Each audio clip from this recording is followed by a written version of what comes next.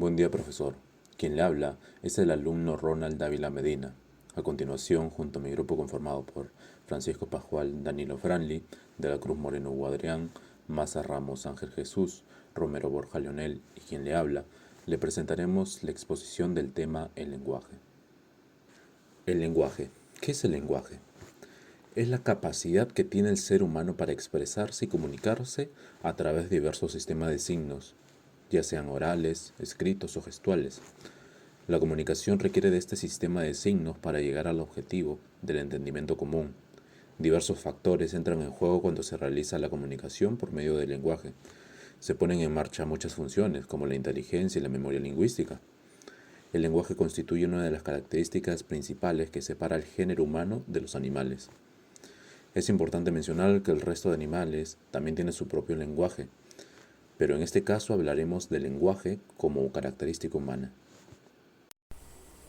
Bueno, yo les explicaré sobre las funciones del lenguaje.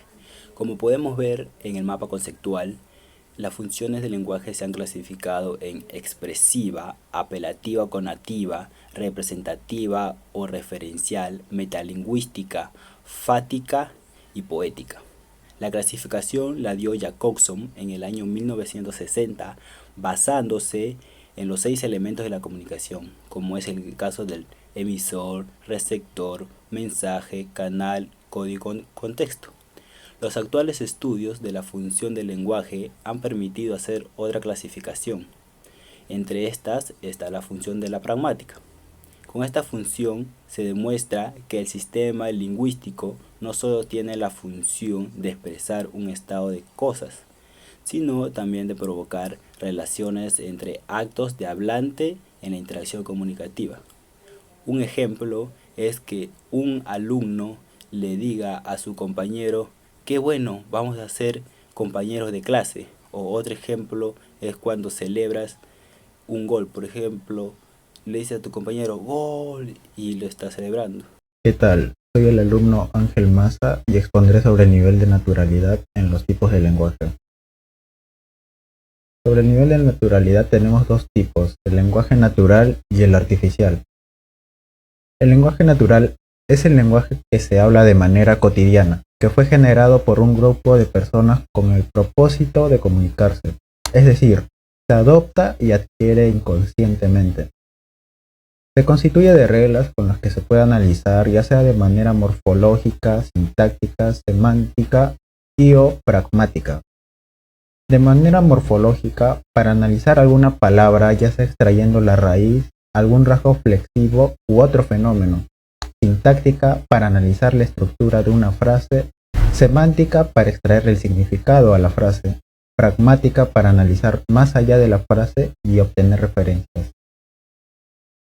El lenguaje artificial es el lenguaje creado y empleado conscientemente con el objetivo de expresarse de una forma diferente a la natural o de cara a especificar aspectos técnicos.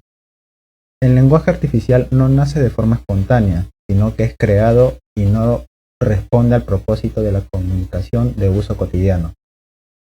Es un tipo de lenguaje con un objetivo específico claro, que es usar el lenguaje como instrumento para el conocimiento científico y técnico. Algunas características del lenguaje artificial son el lenguaje literario, científico y técnico y el formal. El lenguaje literario es el tipo de lenguaje que emplean los escritores.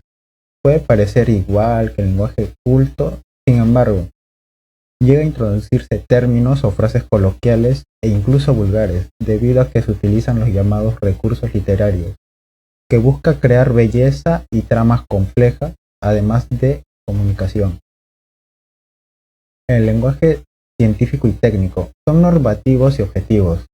El lenguaje es técnico en el sentido que se emplea en diferentes actividades y profesiones afines de la ciencia. Es así porque es necesario tener el significado preciso de las palabras y los modos de formulación de los mensajes para no caer en errores procedimentales y que deriven a una mala interpretación. El lenguaje científico es similar al lenguaje técnico, sin embargo, la diferencia entre ambos se encuentra en su finalidad.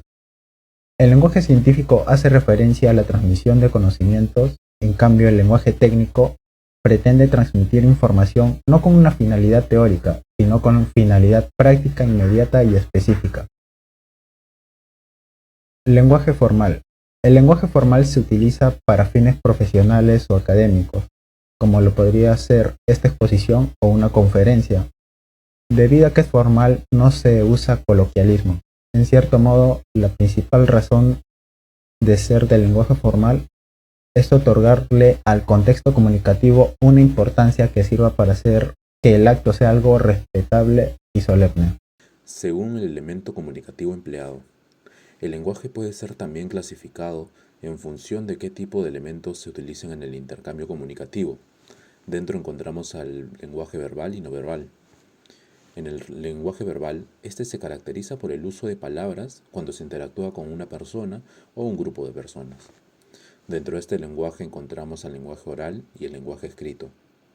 El lenguaje oral es una combinación de sonidos utilizados para expresar el pensamiento, y este se caracteriza por ser uno de los primeros lenguajes verbales que aparecieron en nuestra historia evolutiva, probablemente junto al lenguaje icónico o un poco después. Luego tenemos al lenguaje escrito, el cual está representado por letras. Estas palabras se pueden plasmar en papel o en una computadora y expresan ideas de igual manera que el lenguaje oral. Ahora pasamos al lenguaje no verbal. Este se caracteriza por llevarse a cabo sin palabras y en muchos casos la persona que lo realiza no es consciente. Como por ejemplo, podemos tomar como ejemplo la mirada, la manera de sentarse, los movimientos corporales. Dentro del lenguaje no verbal encontramos el lenguaje kinésico, el lenguaje facial y el lenguaje icónico. El lenguaje kinésico se expresa a través del cuerpo. Pueden ser unos gestos, la expresión facial como una sonrisa. Cuando ves que alguien está con el ceño fruncido, no nos dice nada verbalmente, pero uno ya identifica la situación. Luego tenemos al lenguaje facial. Este lenguaje tomará como pilar los movimientos de nuestra cara, ya que hay zonas de nuestro cerebro dedicadas a detectar las expresiones. Por último tenemos al lenguaje icónico. En este caso se utilizan símbolos básicos, los cuales pueden ser interpretados por símbolos por separado, como pueden ser interpretados en gramática combinándolos. Bueno, soy el alumno José Leonel Romero Borja y les voy a hablar sobre otras categorías. Las lenguas vernáculas son el lenguaje común, no tan común. Mayormente lo usamos para acceder a una conversación casual, una conversación seria con nuestros amigos de trabajo o amigos de familia. Es más usado en momentos de seriedad, donde ya hay un asunto con palabras técnicas, así. También no incluye jergas, obscenidades.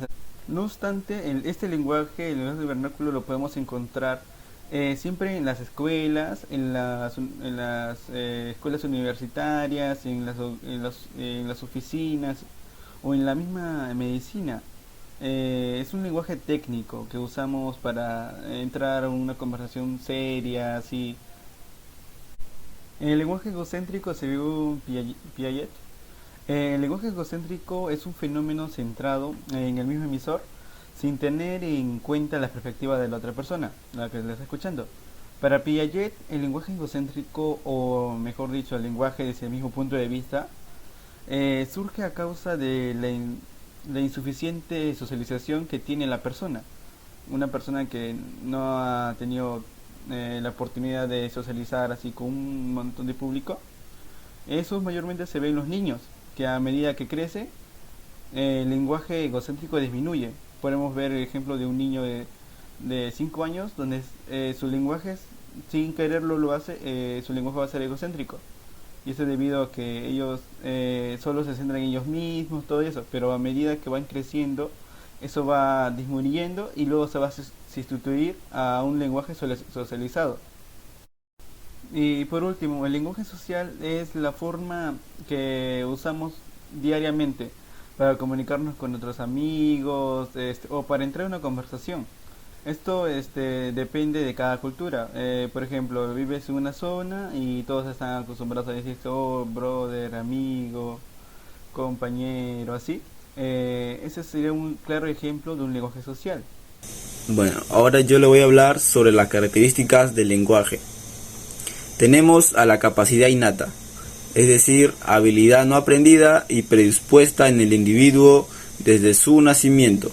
También es universal, ya que resulta una capacidad propia del ser humano. Es racional porque hace uso de la razón para poder combinar diferentes signos y elaborar enunciado. Tiene formas concretas y se expresa mediante sonido. Esto vendría a ser más el lenguaje oral. También intercambian información y por último es flexible. ¿Por qué es flexible? Porque se caracteriza por ser capaz de expresar múltiples relaciones gramaticales a través de uno solo. Gracias.